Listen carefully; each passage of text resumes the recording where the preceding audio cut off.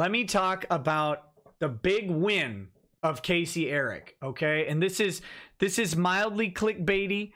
I'm gonna warn you, but there is a huge win. If you watched my stream last night, we went through the filing documents, the response to motion and motion for attorney's fees and sanctions. That document was an abject failure of law. It was an absolute catastrophic filing. All of the citations are bad. I didn't go into I didn't even go into a lot of the cases and just how off point they are. For example, many of the cases he cites later in the document, he's citing something called dicta from the case. Dicta is the expository comments made by the judge outside of the ruling, right? The ruling of the case is what matters. The dicta are like the judge's thoughts that help get to the ruling, but those are not, dicta is not authoritative. It might be informative, but it's not authoritative. It's not backed up by other authority or precedent. It doesn't have like the full legal reasoning. It's kind of just the judge's, it's the stuff in the middle. It's the stuff that fills out the book, right? If you've got a 70-page opinion, you probably, not all 70 of those pages matter. A good chunk of it is just filler and words that get to it, get you to the points that do matter. He's citing dicta in a lot of cases. I didn't go through that because it's kind of hard to explain, and each one would have taken a long time. I did go through one of the cases where he was talking about protection from depositions, right? We kind of read through that case. It was a collection case, a judgment collection for bankruptcy, and like ignoring the fact that case didn't really say what they needed it to say anyway. It's also a very special part of law. Like, those lines of cases aren't related to defamation in any way, and you're talking about specific types of discovery that are happening for a specific purpose that are unrelated to this case at all. In this particular instance, it's post-judgment discovery trying to find assets when someone is hiding millions of dollars from the court, right? We're not talking about depositions on just general normal discovery depositions, finding out what a person said or what a person saw. We're talking about this person is trying to hide assets from the court. The court is trying to find them. Post-judgment discovery is in many ways more broad than regular discovery.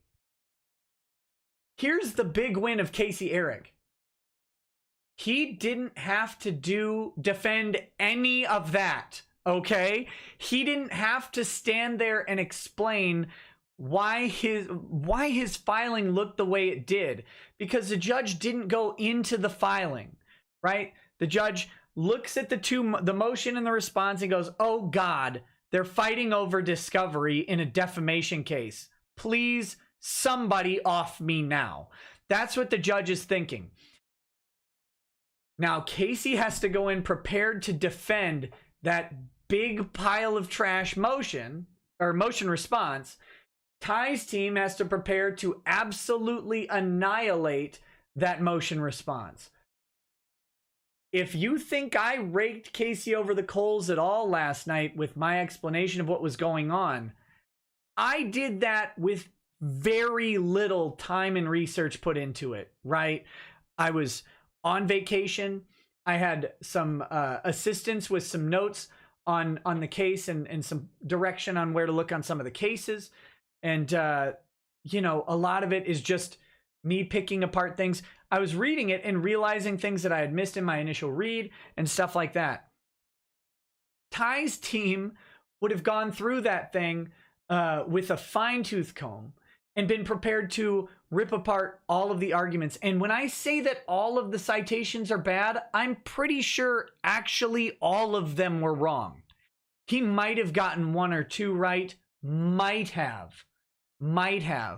But if he would have had to defend that, against competent counsel, oh my God, it would have been a disaster for him. So not having to deal with any of that is actually a huge win. And I can't say this enough, because had he had to fight it, it would have been a devastating loss. There's no way you can argue what he wrote was good. You can't do it. I mean, it was a misstep, and he dodged a bullet train. Not just a bullet, a whole bullet train coming directly at him. That's a good thing.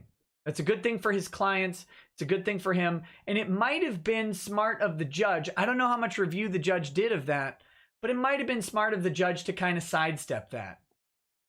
I don't know if the judge did it consciously, or I'm not saying they did, but if the judge sidesteps that and says, you know what, if we start getting into the nitty-gritty of this thing, it's going to get way off the rails, and I'm going to have to do stuff.